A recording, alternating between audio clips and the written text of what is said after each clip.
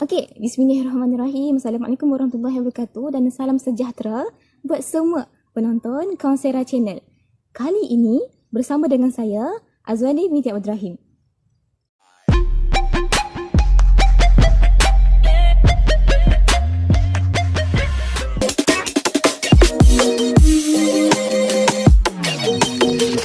Dalam pada kita sayang, dalam pada kita cinta sesama makhluk, sama ada manusia, haiwan ataupun tumbuh-tumbuhan, pernah tak kita terfikir sama ada aku pernah mencintai diri sendiri dahulu ataupun tidak, ataupun tak pernah terfikir ataupun terlupa.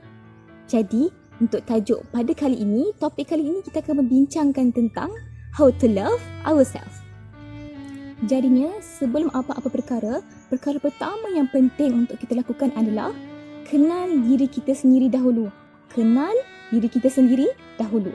Sebelum kita nak kenal orang lain untuk masuk dalam hati kita, baik kita kenal diri kita sendiri dahulu kan. Okey, jadinya untuk dalam kita kenal diri kita sendiri dahulu, penting untuk kita tahu apa kekurangan, apa kelebihan diri kita. Okey, untuk kelemahan ini kita kena perbaiki. Kita tahulah yang mana yang kita kena perbaiki, yang mana kita boleh top up untuk kita jadikan dia sebagai kekuatan kepada kelebihan kita di nanti ni. Okey, untuk kelebihan pula. Untuk kelebihan, kita dah tahu dah kelebihan kita ke arah mana. Jadi, kelebihan ni dekat mana untuk kita sumbangkan, dekat mana untuk kita manfaatkan, kita pergunakan kelebihan kita ni. Okey, kedua, buat perkara yang kita suka. Asalkan tak bercanggah dengan syarak. Contoh dia macam apa? Contoh dia macam main futsal, main bola jaring, bowling, shopping, apa-apa perkara yang kita suka untuk kita menghargai diri kita sendiri. Sebab apa? Sebab kita ni dah penat dah. Kita dah penat dah belajar, kita dah penat bekerja, buat perkara-perkara yang wajib untuk kita buat. Dan sekarang ni masa untuk kita hargai diri kita sendiri dengan cara kita buat perkara-perkara yang kita suka. Sama ada me time ke, shopping ke, apa-apa ke, asalkan kita suka. Dan kita rasa bahagia. Yang ketiga, mengagendakan diri kita.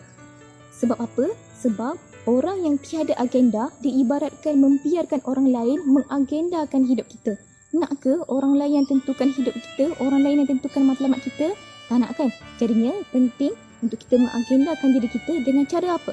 Dengan cara tetapkan goals dalam hidup kita. Matlamat apa yang kita nak capai, impian apa yang kita nak pergi, hala tuju mana yang kita nak lalui. Kemudian bila matlamat kita dah capai, contohnya kita dah dapat dah flat jam lepas, jangan lupa untuk hadiahkan diri sendiri dengan kejayaan diri kita sendiri. Contoh dia apa? Contoh dia bagilah beli coklat ke untuk kita makan sendiri, apa-apa perkara asalkan kita suka dengan perkara tu dan kita rasa penat lelah kita selama ni terbayar. Dan perkara yang terakhir, iaitu perkara yang keempat, jangan lupa untuk beri hak kepada diri kita sendiri. Selalunya kita dengar dari segi jasmani ataupun rohani kan. Tapi sekarang ni kita fokuskan kepada empat perkara. Empat perkara yang selalunya kita dengar sebagai jeri, iaitu jasmani, emosi, rohani dan intelek. Okey, dari segi jasmani yang macam mana? Dari segi jasmani maksudnya fizikal. Fizikal kita kena bagi fizikal kita ni sihat, kuat, cukup makan dan sebagainya. Dari segi emosi, kita beri emosi kita sentiasa dalam keadaan yang normal, dalam keadaan yang sihat. Sebabnya emosi yang sihat, emosi yang normal mempengaruhi tingkah laku kita yang baik. Dari segi rohani pula, untuk keperluan roh kita. Contoh dia bagi ilmu. Ilmu tu orang kata macam makanan rohani lah untuk kita kan. Sama ada ilmu ataupun melakukan ibadah sunat, ibadah-ibadah wajib dan keperluan lain mengikut ajaran Islam dan non-Muslim lah. Okey. Dan untuk orang Islam, apa persediaan yang boleh kita lakukan dalam masa yang terdekat ni? Iaitu berkaitan dengan menjelangnya Ramadan. Sepanjang Ramadan nanti, apa yang kita nak lakukan? Apa yang kita boleh lakukan untuk pengisian rohani kita? Okay, dan yang terakhir adalah berkaitan dengan intelek. Untuk kita sentiasa memberi input kepada intelek kita sama ada isu semasa, ilmu pengetahuan dan lain-lain perkara.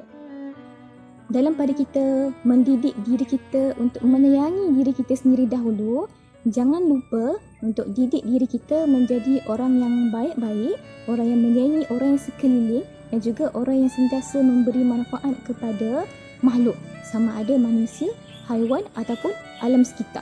Sebab apa? Sebab man la yarham la yurham. Barang siapa yang tidak menyayangi, maka dia tidak akan disayangi. Jadinya sayang diri sendiri dahulu, cinta diri sendiri dahulu, bahagiakan diri sendiri dahulu, kemudian sebarkan kebahagiaan. Semoga kita mendapat input daripada perkongsian tadi, walaupun tak banyak, sikit pun jadi.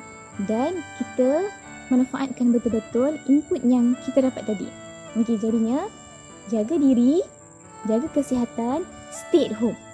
Sekian, Assalamualaikum warahmatullahi wabarakatuh. Thank you for watching, guys. Don't forget to subscribe our channel and see you again for the next sharing. In Counsera, we trust. Bye.